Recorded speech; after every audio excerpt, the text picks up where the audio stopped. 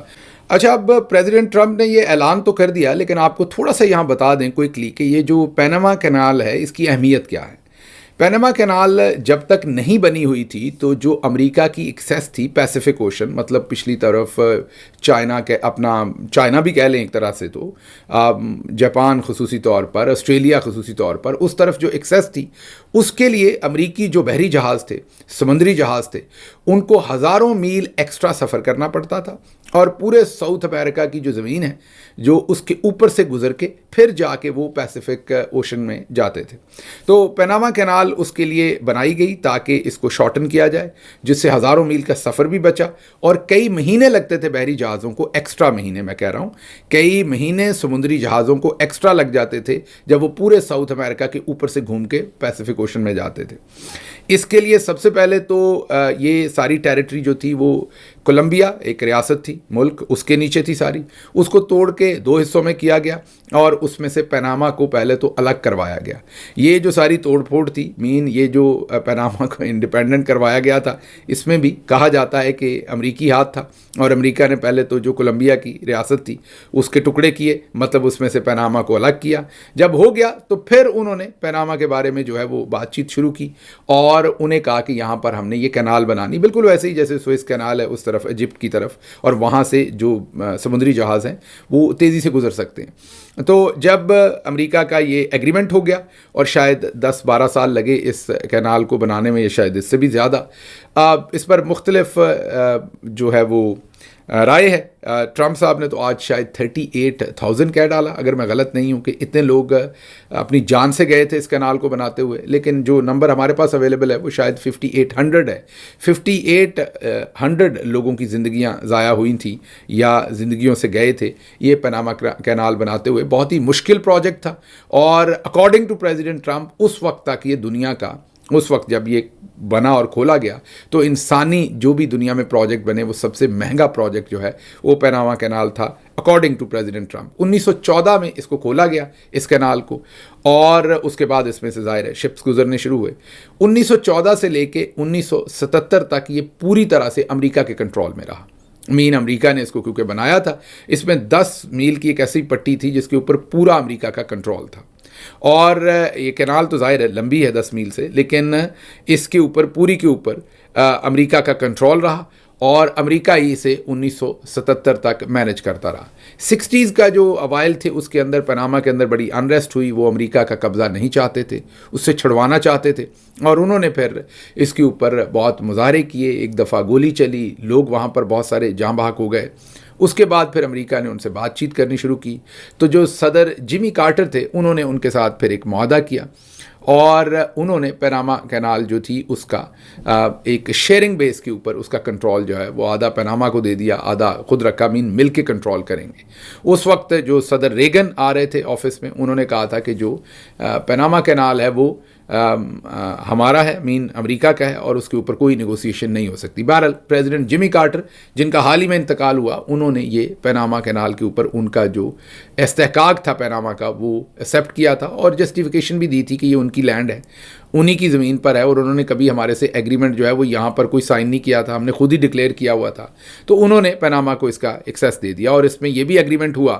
1977 کو دیا، لیکن یہ بھی ایگریمنٹ ہوا کہ 1999 میں اس کا مکمل کنٹرول جو ہے وہ پاناما کے پاس چلا جائے گا۔ تو 1999 میں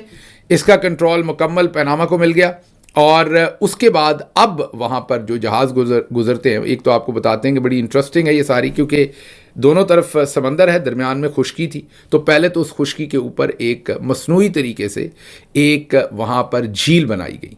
ظاہر ہے پانی زیادہ ہوگا تو اس کے اوپر سے جو ہیوی شپس ہیں وہ گزر سکیں گے، تو ایک گہری جھیل بنائی گئی، اور لیکن وہ جو جھیل ہے وہ کیونکہ زمین کے اوپر بنائی تو اس کا جو سطح سمندر سے لیول ہے وہ کم از کم کوئی 85 فیٹ اونچا ہے، کافی اونچائی پر ہے وہ جھیل۔ تو اب جہازوں کو یہاں پر، یہ ہم آپ کو ویڈیو میں بھی دکھا رہے ہیں کہ جب جہاز آتے ہیں تو چینل بنائے گئے، اس چینل میں پہلے جہاز کو لایا جاتا ہے، اس کو پانی سے بھرا جاتا ہے اور لفٹ کیا جاتا ہے اوپر پانی سے، پھر اگلے چینل میں ایسے ہی پانی بھرا جاتا ہے، لفٹ کیا جاتا ہے، اور پھر اگلے میں ایسے 3 چینلز میں سے گزارتے ہوئے جہاز کو ایک سمندر سے تقریباً 90 فیٹ یا 86 فیٹ جو ہے وہ اونچا کیا جاتا ہے، بڑے بڑے میسو بحری جہازوں کو، سمندری جہازوں کو، اور پھر اس لیک میں لایا جاتا ہے، پھر وہ اس لیک میں تیرتا ہے، اور پھر اسی طریقے سے اسے نیچے بھی 85 فیٹ جو ہے وہ لے کے جایا جاتا ہے، اور پھر وہ اگلے سمندر پہ تیرتا ہے۔ تو یہ ایک بہت بڑا کمپلیکس انجینئرنگ کا پروجیکٹ تھا جسے کمپلیٹ کیا گیا۔ اب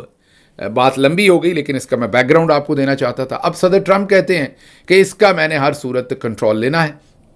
اور یہ جو پاناما کینال ہے اس کے اوپر اب چائنیز کا قبضہ ہو گیا ہے، اور ہمارے جہازوں کو بہت زیادہ ہائی ٹیرف دینا پڑتا ہے، ہم سے بہت زیادہ پیسہ وصول کیا جاتا ہے۔ تو یہ ہم نے اس وقت جو گفٹ کیا تھا Jimmy Carter, late Jimmy Carter جو پریزیڈنٹ، انہوں نے یہ غلط فیصلہ کیا تھا اور ہم اسے واپس لیں گے۔ تو اب یہ جو واحد اعلان ہے، ویسے تو پتہ نہیں ابھی کیا کچھ کریں گے 4 سال میں، لیکن پہلے دن ہی یہ انہوں نے، پہلے تو وہ کہہ رہے تھے، لوگ سمجھ رہے تھے کہ شاید سیریس نہیں ہے، لیکن آج انہوں نے اپنی حلف برداری کی تقریب میں